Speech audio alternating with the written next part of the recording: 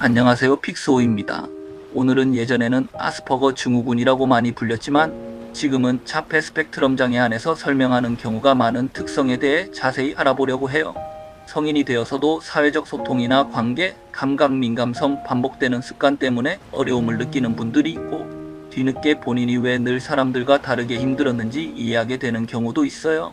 중요한 건 이것을 단순히 성격 문제로만 보지 않고 현재 기준에서는 어떤 식으로 설명하는지 정확히 아는 거예요. 먼저 용어부터 정리할게요. 여러 관련 진단을 자폐 스펙트럼 장애라는 하나의 이름으로 묶어서 설명해요. 즉 아스퍼거라는 말이 완전히 사라졌다기보다 지금은 공식 진단명보다는 역사적으로 많이 쓰이던 표현으로 보는 쪽이 더 맞아요. 그래서 콘텐츠를 만들 때도 예전에 아스퍼거 증후군, 현재는 자폐 스펙트럼 장애 안에서 설명되는 경우가 많아요 라고 풀어주는 것이 가장 정확해요. 그럼 성인에서는 어떤 모습으로 보일 수 있을까요? 대표적으로는 다른 사람의 표정, 말투, 분위기, 숨은 의미를 읽는데 어려움을 느낄 수 있어요. 성인 자폐의 흔한 특징으로 다른 사람이 무엇을 생각하거나 느끼는지 이해하기 어렵고, 사회적 상황에서 불안을 크게 느끼며 친구를 만들기 어렵거나 혼자 있는 것을 선호할 수 있다고 설명해요. 또 직설적으로 말해 의도치 않게 무뚝뚝하거나 예의 없어 보일 수 있고, 비유를 문자 그대로 받아들이는 경우도 있다고 안내해요. 또 특정 관심사에 깊이 몰입하는 모습이 나타날 수 있어요. 어떤 주제에 대해 매우 강한 흥미를 보이고, 같은 생각이나 행동을 반복하거나 익숙한 루틴이 바뀌는 상황에서 큰 스트레스를 받을 수 있어요. 매일 같은 루틴을 선호하고 그것이 바뀌면 매우 불안해질 수 있다고 설명하고 있어요. 이런 모습은 주변에서 융통성이 없다고 보일 수 있지만 본인에게는 예측 가능성과 안정감을 주는 방식일 수 있어요. 감각 민감성도 자주 함께 이야기돼요. 밝은 빛, 큰 소리, 특정 냄새, 옷의 촉감처럼 다른 사람은 크게 신경 쓰지 않는 자극이 매우 불편하게 느껴질 수 있어요. 반대로 어떤 자극에는 둔감하게 보일 수도 있어요. 밝은 빛이나 큰 소리를 압도적이고 스트레스가 큰 자극으로 느낄 수 있다고 설명하고 있어요. 한편 강점도 분명히 있을 수 있어요. 자폐 스펙트럼 특성이 있는 사람은 특정 분야에서 높은 집중력, 세밀한 관찰력, 일관성, 깊이 있는 몰입을 보일 수 있어요. 자폐가 사람마다 매우 다르게 나타나고 필요한 서비스와 지원의 정도도 개인마다 다르다고 해요.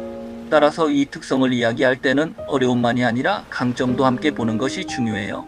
그럼 성인에서 진단이나 평가는 어떻게 접근할까요? 혼자 인터넷 체크리스트만 보고 단정하기는 어려워요. 사회불안, ADHD, 우울, 불안장애 등과 겹쳐 보일 수 있기 때문이에요.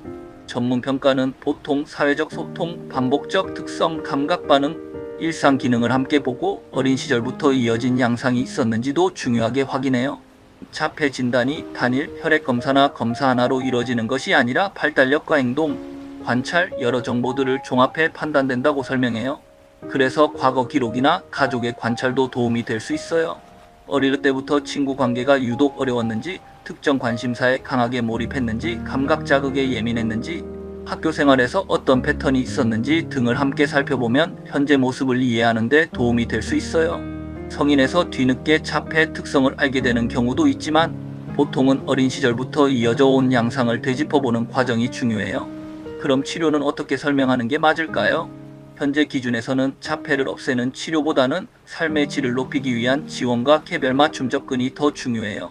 ASD 치료와 중재가 일상 기능과 삶의 질을 방해하는 증상을 줄이는 데 목적이 있고, 사람마다 강점과 어려움이 다르기 때문에 계획도 개인별로 달라져야 한다고 설명해요.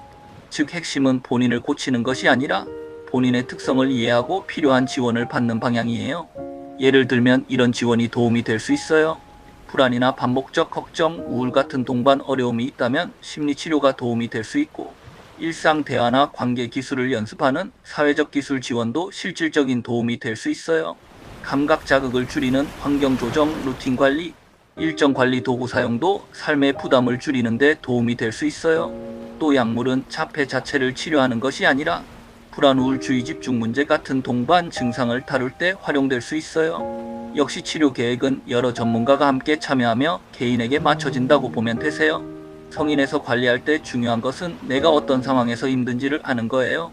예측되지 않는 일정 변화가 힘든지, 소음이 많은 공간에서 지치는지, 여러 사람과 한꺼번에 소통할 때 피로가 큰지, 감정 표현이 어려운지 같은 패턴을 알면 삶을 훨씬 편하게 조정할 수 있어요.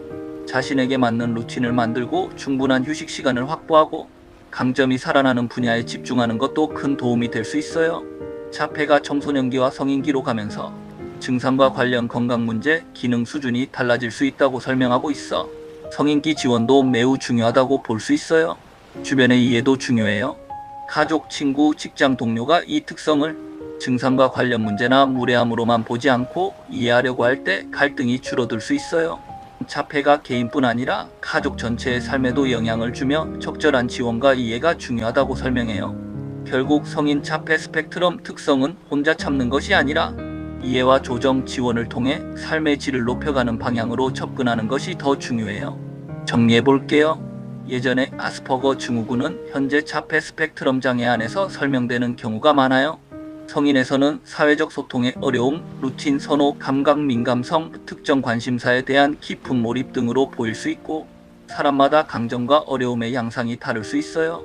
평가는 혼자 체크리스트로 단정하기보다 발달력과 현재 기능을 함께 보는 전문 평가가 중요하고 지원은 없애는 치료보다 불안관리, 사회적 기술 지원, 감각 조절, 루틴 조정처럼 개인 맞춤형으로 가는 것이 현재 기준에 더 맞아요.